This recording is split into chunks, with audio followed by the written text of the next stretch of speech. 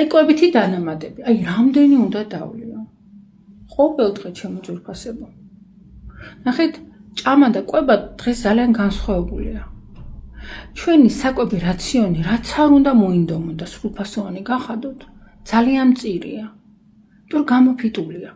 არადა ყოველ დღე წარმოშობა ჩვენ ორგანიზმში ახალი უჯრედები. მას არაფრის დეფიციტი არ უნდა ქონდეს. მთავარია ცილოვანი კვება, რა თქმა უნდა. უჯერი ცხიმჟავები, ვიტამინები, მინერალები, ფერმენტატიული სისტემა კარგად უნდა მუშაობდეს, რომ ყველაფერი მოინელოს. მაგრამ თქვენ ხო ჩემზე კარგად გესმით, რომ ყოველდღიურ რაციონში ჯერ ხო არ ვინდომებ და რომ ვინდომოთ, ესე არ არის. და შესაბამისად რა გამოდის, ხო? იმიტომ რომ დეფიციტებია, აი როგორც მშენებლობაზე დღეს აგური არ მინდა, ხვალბლოკი, რა ვიცი, მერე ცემენტი. როგორ შენობა აშენდება, ზუსტად იგივეა მერე ჩვენ სისტემებს ეს ემტყობა, იმიტომ რომ არაჯანსაღი უჯრედებიდან, ქსოვილებიდან მერე ორგანოები წარმოიშვება. ხო და ჩვენი ავადმყოფობაც იქვეა.